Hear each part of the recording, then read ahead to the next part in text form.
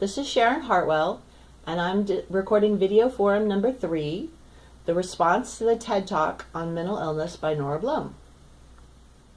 I was not as impressed with this TED Talk as I have been with some, because Nora Blum didn't tell me anything I didn't already know. I have experienced the exact same thing she talked about firsthand. I am a person with a disabling mental illness. I have treatment-resistant depression with psychotic features and PTSD. Actually, I prefer to think of myself as emotionally ill, not mentally ill, but that's just one thing I'd like to change about the way I've been treated. Nora Blum talked about how hard it is for someone suffering from depression to get treatment, and there she's absolutely right. It took me 3 years and stacks of paperwork to finally get approved for Social Security disability and be able to afford treatment. 20 years later, I'm still adjusting the cocktail of medications I take to try and maintain a balance. I find there are 2 types of stigma that get in the way of my receiving the care that I need and deserve. I fight both externalized and internalized stigma daily. Externalized stigma is the easiest to explain. People in general think my depression is laziness or somehow my own fault. For instance, even though I take 3 antidepressants and have been hospitalized numerous times when they stopped working right, most bosses will not understand if I call in sick to work because I am just depressed. My depression involves a severe drain of my energy, extreme lethargy, and a total collapse of my self-worth. This is entirely different than someone who is sad and wants to bake themselves cookies so they will feel better. I need help to maintain a routine and perform the usual activities of daily living. In the disability world, these kinds of help are called accommodations. When I ask for accommodations to make it possible for me to work or go to school, people don't necessarily believe me, and I'm pushing against externalized stigma. For example, I need natural light, in other words, a window, in my workspace to keep my mood from plummeting.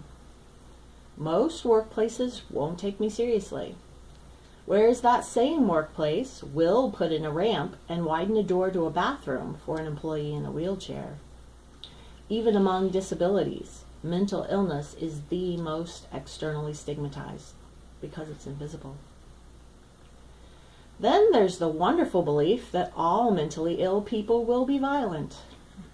This one hasn't impacted my life as much, probably because I'm socialized as a Southern woman who knows how to bless your heart when I mean F you. Mm-hmm.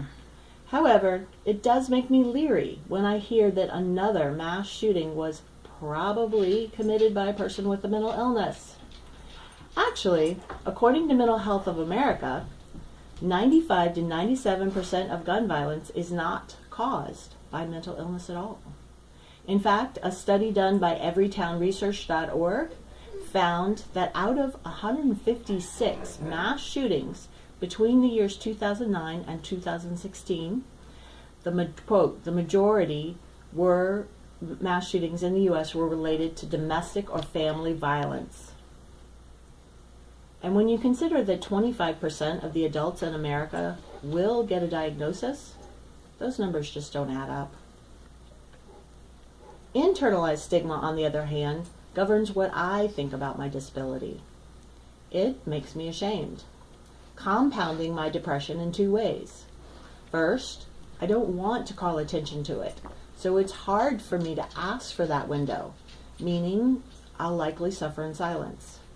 Second, I struggle to distinguish between the times when I'm actually being lazy, like a human does, and when I need help. These self-doubts add to my negative self-talk and deepen my depression. I want to tell you all a story. Imagine you're sitting at the dinner table, much like this, and you accidentally knock the salt shaker off and onto the floor. Do you sit there yelling at yourself, "You're an idiot, pick that up"? Oh, but it's so far away. Before I had a good combination of medications, I might sit there indefinitely, struggling. Now that I have a manageable set of medications, I will pick it up, put it back on the table, all before I think any harsh thoughts at all. It was never laziness. It was chemical. There are plenty of obstacles to getting good mental health care.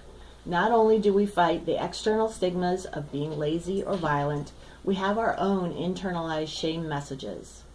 And if you add to these stigmas the structural challenges that Nora Blum mentions, those of us with a mental illness are definitely put between a rock and a hard place. It is amazing what most of us are able to accomplish anyway. Thanks.